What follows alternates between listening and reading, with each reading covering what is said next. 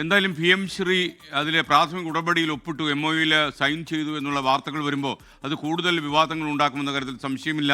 പ്രത്യേകിച്ച് CP ഇത്രയും കടുത്ത നിലപാടുമായി രംഗത്തുള്ളപ്പോൾ നമ്മുടെ കേന്ദ്ര നിരീക്ഷകൻ ദിലീപ് കുമാർ തത്സമയം സെൻട്രൽ ന്യൂസ് ഡെസ്കിൽ നിന്ന് ചേരുകയാണ്. Dileep, good morning again. പറയൂ ദിലീപ്, വിശദാംശങ്ങൾ. CPIയുടെ തീരുമാനം അറിയാൻ കേരളം കാത്തിരിക്കുകയാണ്. ഉച്ചയ്ക്ക് 12:30-ക്കാണ് CPIയുടെ സംസ്ഥാന സെക്രട്ടേറിയറ്റ് ചേരുന്നത്. ദേശീയ നേതൃയോഗം രാവിലെ ചേരുന്നുണ്ട്.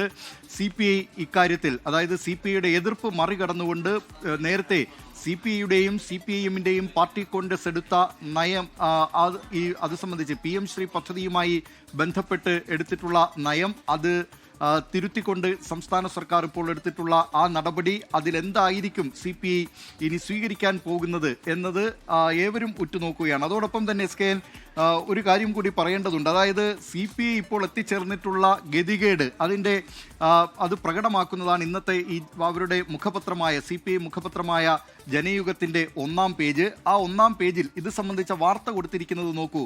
PM ശ്രീ പദ്ധതിയിൽ ഒപ്പുവെച്ചെന്ന് എന്ന തലക്കെട്ടിലാണ്. അതായത് ഈ PM ശ്രീ പദ്ധതിയിൽ ഒപ്പുവെച്ചിട്ടുണ്ടോ എന്ന കാര്യം പോലും സംസ്ഥാന സർക്കാരിൽ പ്രധാനപ്പെട്ട വകുപ്പുകൾ കൈകാര്യം ചെയ്യുന്ന ഇടതുമുന്നണിയുടെ പ്രധാനപ്പെട്ട ഘടകകക്ഷിയായിട്ടുള്ള CPIക്ക് അതേക്കുറിച്ചുള്ള വിവരമൊന്നുമില്ല എന്ന് സൂചിപ്പിക്കും വിധം ഒരു അർത്ഥോക്തിയിൽ, അല്ലെങ്കിൽ ഒരു അപൂർണതയായിട്ടാണ് ഈ തലക്കെട്ട്. PM ശ്രീ പദ്ധതിയിൽ ഒപ്പുവെച്ചെന്ന് എന്ന തലക്കെട്ടിൽ ആ വാർത്തയിൽ പറയുന്നത്. തിരുവനന്തപുരത്ത് നിന്നുള്ള ഡേറ്റ് ലൈനിൽ കേന്ദ്ര സർക്കാരിന്റെ പിന്തിരിപ്പൻ പദ്ധതിയായ PM ശ്രീയിൽ സംസ്ഥാന സർക്കാർ ഒപ്പുവെച്ചതായി വാർത്ത.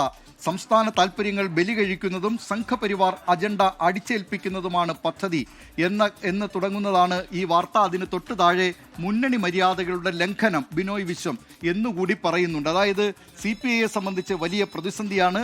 CPIഎം മുഖപത്രമായ ദേശാഭിമാനിയാകട്ടെ, അത് ഈ വാർത്തയെക്കുറിച്ച്, ഈ സംഭവത്തെക്കുറിച്ച് അറിഞ്ഞ മട്ടേ എടുത്തിട്ടില്ല.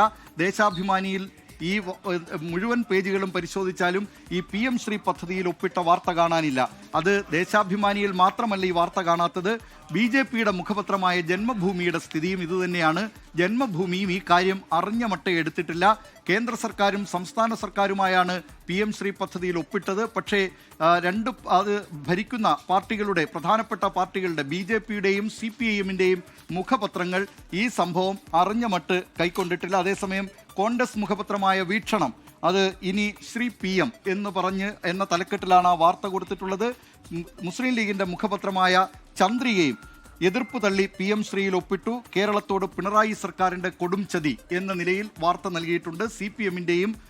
CPIഎമ്മിൻ്റെയും BJPയുടെയും മുഖപത്രങ്ങൾ ഇത് തൊട്ടിട്ടില്ല.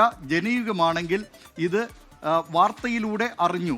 അതായത് പാർട്ടിക്ക് ഇക്കാര്യത്തെക്കുറിച്ചുള്ള ധാരണയില്ല, അറിവില്ല, വാർത്തകളിലൂടെ ഇക്കാര്യം അറിഞ്ഞിട്ടുണ്ട്. അത് മുന്നണി മര്യാദയുടെ ലംഘനം കൂടിയാണ് ഈ ഒപ്പിട്ടത് എന്ന കാര്യം കൂടി CPIയുടെ മുഖപത്രത്തിൽ പറയുന്നുണ്ട്. ദിലീപ് കുമാറാണ് വിവരങ്ങളുമായി ചേർന്നത്.